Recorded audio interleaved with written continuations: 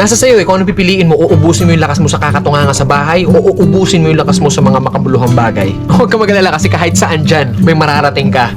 Alam mo na yun. Hindi, ganito kasi yan. Dahil lang alam mong matagal at mapapagod ka, hindi ka natutuloy. Tsong wala kang mararating kung hindi mo pipihitin yung susi sa loob ng ulo mo. Gaano man kataas ang pangarap mo sa buhay, huwag kang matatakot sa pagod at sakripisyo dahil parte yun eh. Hindi ka makakakain ng kanin kung hindi mo sasaingin. Hindi ka makakakain ng ulam kung hindi mo lulutuin. Lahat ng bagay kailangan kilusan mo muna sa umpisa. Hindi tatakbo ang sasakyan kung hindi mo sususian. Kung hindi mo lalagyan ng gasolina, hindi yun tatakbo sa kung saan mo siyang direksyon dapat dalhin.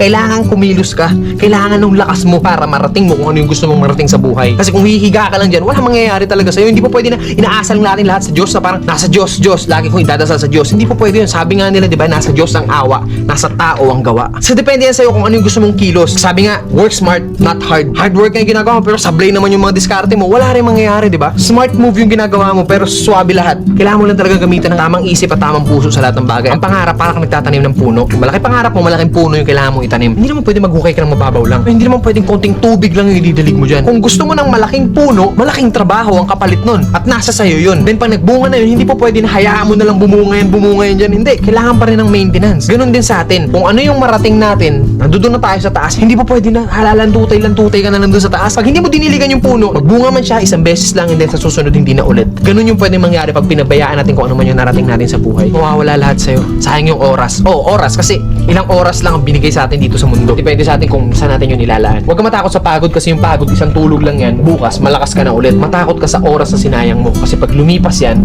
kahit tumambling ka pa ng 100 beses dyan, hindi mo na mababalik yan. Ano man ang landas na tinatahak mo ngayon, mabagal man ang pag-usad mo, ang mahalaga, umuusad ka. Hindi, nakastuck ka lang sa comfort zone mo, men, sablay yun. Kailangan mabagal man yung movement mo, pero hanggat umuusad ako, still, umuusad ako. Darating at darating ang panahon na lahat tayo makakarating sa gusto nating puntahan. Pare-parehas lang ang kinakain ng tao, kaya lagi mong isipin na kaya mo rin yung kaya nila.